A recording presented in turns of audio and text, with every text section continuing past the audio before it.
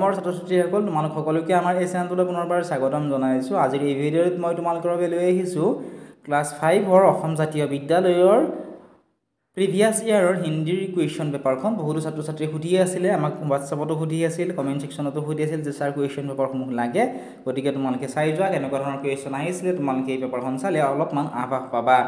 1 নম্বৰটো আছিল শংকৰদেৱ বিৰচিত কবিতা কি 10 পংক্তিয়া কণ্ঠস্থ লিখ।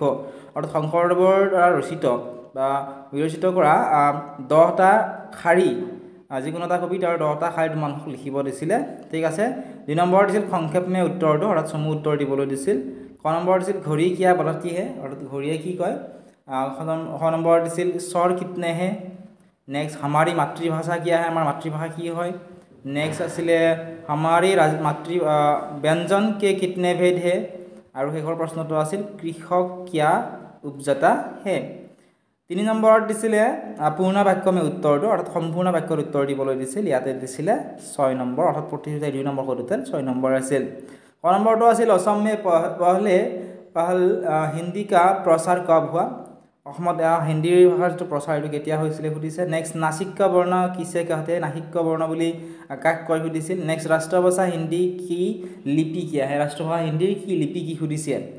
নেক্সট চোৱা 4 নম্বৰ প্ৰশ্নটো আছিল 12 অক্ষৰী লিখিব দিছিলে, বৰ্ণকে সাথ, ইয়াতে দিছিলে আধা নম্বৰকৈ প্ৰত্যেকটোতে 6 নম্বৰ আছিলে। 5 নম্বৰত দিছিল নিচে দিয়ে গে শব্দকে অৰ্থ লিখো, তলত দিয়া শব্দকেইটাৰ অৰ্থ লিখিব দিছিল। শব্দবোৰ দিছিলে কমল, গিলহৰি, ৰবি, বলি और सेब। নেক্সট আছিলে স্বৰ और ব্যঞ্জনों को अलग अलग निकालो, ইয়াতে স্বৰবৰ্ণ আৰু ব্যঞ্জন বৰ্ণবোৰ একেলগে দি থোৱা আছিলে। ইয়াতে স্বৰবৰ্ণবোৰ আৰু ব্যঞ্জন বৰ্ণবোৰ বেলেগ বেলেগ কৰি লিখিব দিছিলে। ইয়াতে দিছিলে 4 নম্বৰ।